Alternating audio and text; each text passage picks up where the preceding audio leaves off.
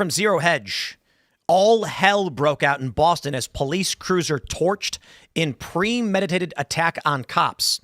The president of Boston's Patrolmen Association has responded to a violent mob of over 100 people as they unleashed chaos in Boston streets, torching a police cruiser and pelting officers with fireworks cones and poles in what witnesses called a riot-like assault on law enforcement. Take a look at this. This story is particularly crazy because this was not politically motivated violence. This was barbarism. Take a look at this video.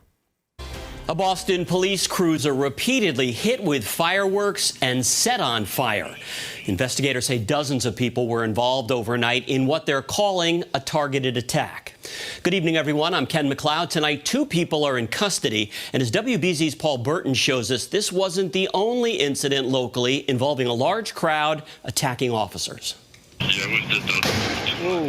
Mob of people here, like screaming, banging on the cop cars. Gosh, she's laughing. Chaos erupts and people scatter in the streets of Boston as a police cruiser was destroyed by fireworks in what police described as a large-scale vehicle takeover early Sunday morning.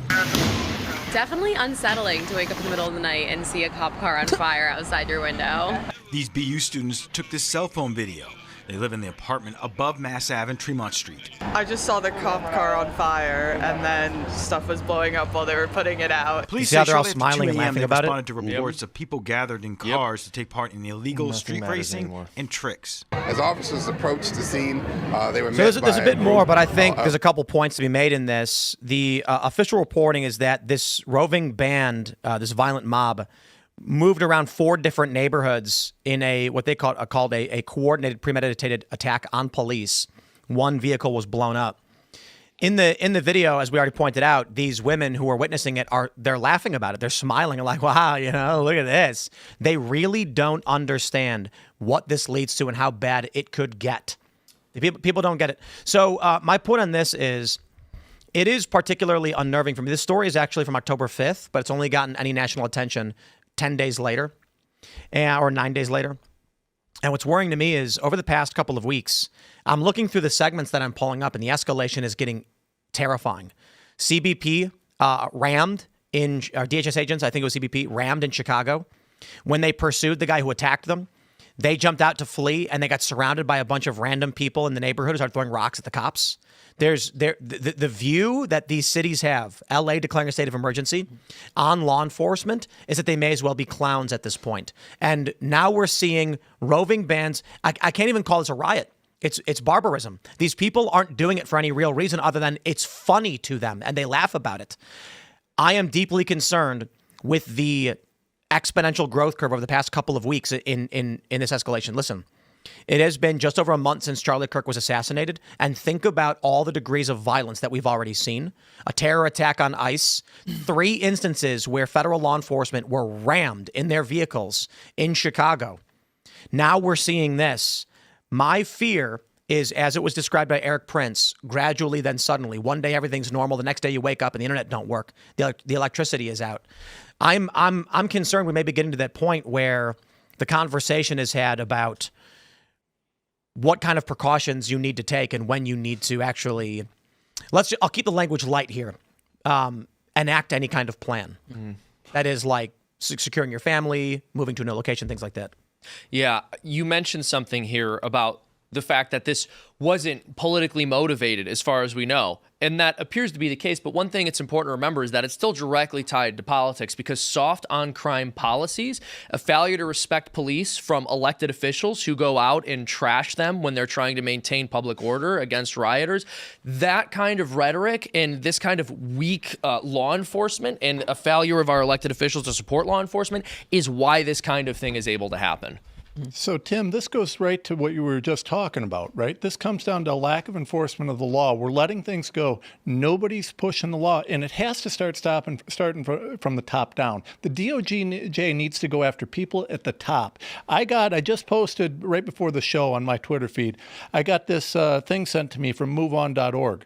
MoveOn.org's out there promoting and asking for money for this No Kings protest coming up. I mean, I'm scared to death of this protest. Is this going to be another peaceful protest like we keep seeing? Now, MoveOn.org is organizing, raising money for this. Now, if I can, sitting here in your studio, get that, post it, put it up there. Why can't the DOJ say, hey, maybe we need to investigate MoveOn.org for, are they funding this? Are they supporting this? Why can't they go online and find the 50 different groups that are supporting this? And why aren't the people who are doing it being investigated and put in jail? We just we had a Culture War Live at the Comedy Loft in D.C. scheduled for this weekend. We've moved it 1 month up because of the No Kings protest. The security requirement for having this event in D.C.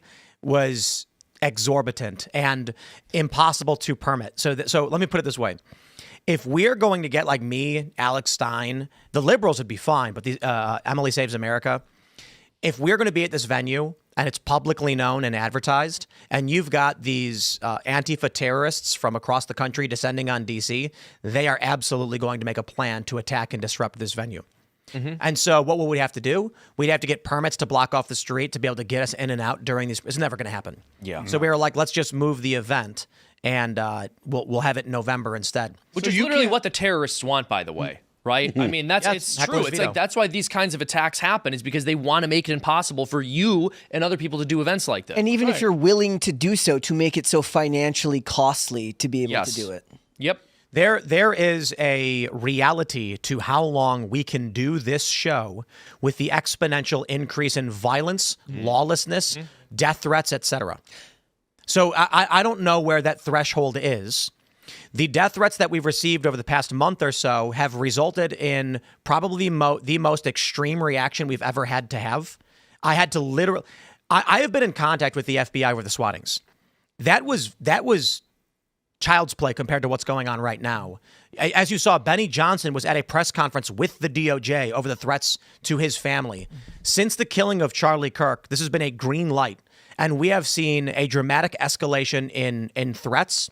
And our security team's assessments are that there is real movement happening among far left groups to exacerbate and escalate.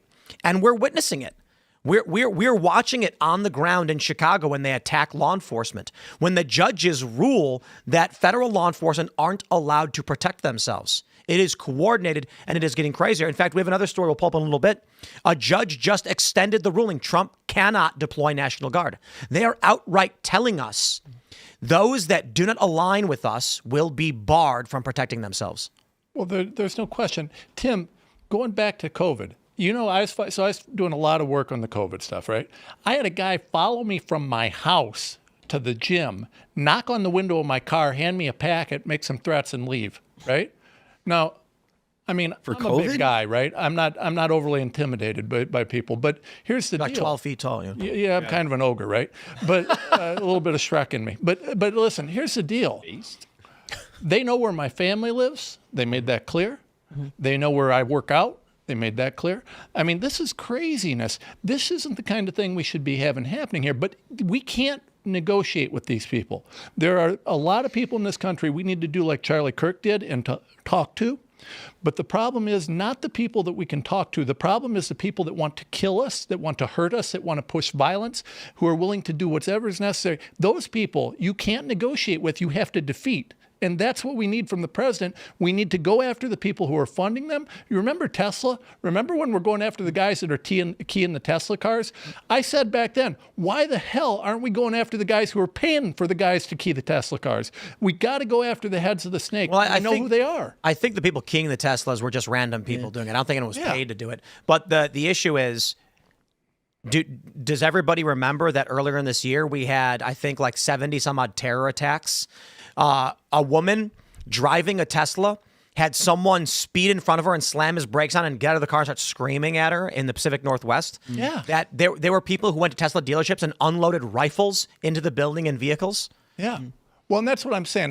You're right. Let me rephrase. This is outright bleeding Kansas. These people weren't being paid to do it, but the people who are funding the messaging, the people who are manipulating these low-level thugs to do stupid things, those are the people that need to be charged. The RICO charges. RICO is one of the most powerful laws in history. You're talking about war powers. You're talking about wartime actions, because in a contemporary, modern, liberal democracy that describes the United States, we have free speech. And so if someone were to say something like, I think Tesla is evil and should be destroyed, that's considered free speech. There's no imminent threat. What we know now is that this is what I call the Tweedledee Tweedledum death threat. where there's two people on a street corner and one guy screams, someone needs to murder fascists, which is a generic statement. Then the guy next to him points at Seamus and says, there's a fascist. That's right. So neither of them can be charged because what they said was individually free speech. But we know that in coordination, they are telling people to go murder. We're at the point now where if we don't recognize that, we lose. And I'll add on top of what you're saying, what scares me. This may be, I don't know if the Republicans, Trump and his admin, are taking action as it pertains to voting to ensure that there is a legitimate voting process, knocking out ballot harvesting and other illicit voting practices. But if the Republicans do not win, we are cooked. Yep. And based on right now, we are seeing prominent middle-of-the-road individuals who supported Trump now walking back their support and moving to the left out of fear because the left will murder you and the right will not. That degree of fear has strong men dropping to their knees. And if that happens, the left wins. I think the scariest part about that, I was thinking of Theo Vaughn when you mentioned that, when he walked back the comments that were made when the DHS or whoever it was released the video about immigration and deportation, and he said, please don't leave me out of this. I don't want to be threatened. I don't want to die. They might kill me. They'll kill me. And the point is like the scariest part about all of that, it's kind of a weird thing to think existentially, is like not only will they kill you, but you're going to die and the media is going to frame you as evil. So you don't even get to die some sort of good death. You'll die in the face of the general public as some type of evil fascist, despite the fact that it doesn't describe you in any way, shape, or form. And I think that might be the scariest part for a lot of that, is if you were in a free press with journalists who are willing to openly look at both sides of the aisle and report honestly, you could take the idea to the public that this is what I mean, this is what I mean in my heart, and maybe the message gets out there that when something bad happens to you, you'll be framed in a way that is in line with reality. But you can't even bank on that anymore. Mm-hmm. So what person wants to go to war for something where they're just, they say the victor, whoever wins the war is the one who decides who's good and who is evil. So people don't even want to do it anymore because they don't feel like they're going to have any way of being seen as the decent person that they feel they are. Exactly. That's called demoralization. Yeah. That's right. That's absolutely right. And the good news is, you can actually cultivate a relationship where it becomes far more difficult to demoralize you. If your audience is God and you're trying to be in his good graces and friendship, it doesn't matter if people say bad things about you after you're dead. That can't hurt you. The reality is these people are going to say that any conservative who is legitimately martyred for their cause was a Nazi, was a fascist. They'll say the same thing about the assassination attempt on Donald Trump, and they'll even say the same thing if there's, heaven forbid, a successful assassination attempt on him in the future. That's why it's so important for him to not care about what these people think. And I just want to mention, Trump has been making some noises recently along the lines of what I'm saying. He's been making statements like, I don't know if I'm going to get into heaven, and I'm trying to get into heaven, but I don't know. I mean, that's got to be, and I'm encouraged to hear that because that's got to be his focus, is getting to heaven, and not whether these people like him. I'd rather, he was on the plane on Air Force One, and he was asked by a reporter, and he said, I don't think there's anything I can do. I would have rather he just screamed Deus Walt and grabbed the camera and smashed it. I'd have been like, yeah! Thanks for checking out this clip from Timcast IRL. Make sure to watch the show live Monday through Friday at 8 p.m. Subscribe to this channel, and we will see you all there.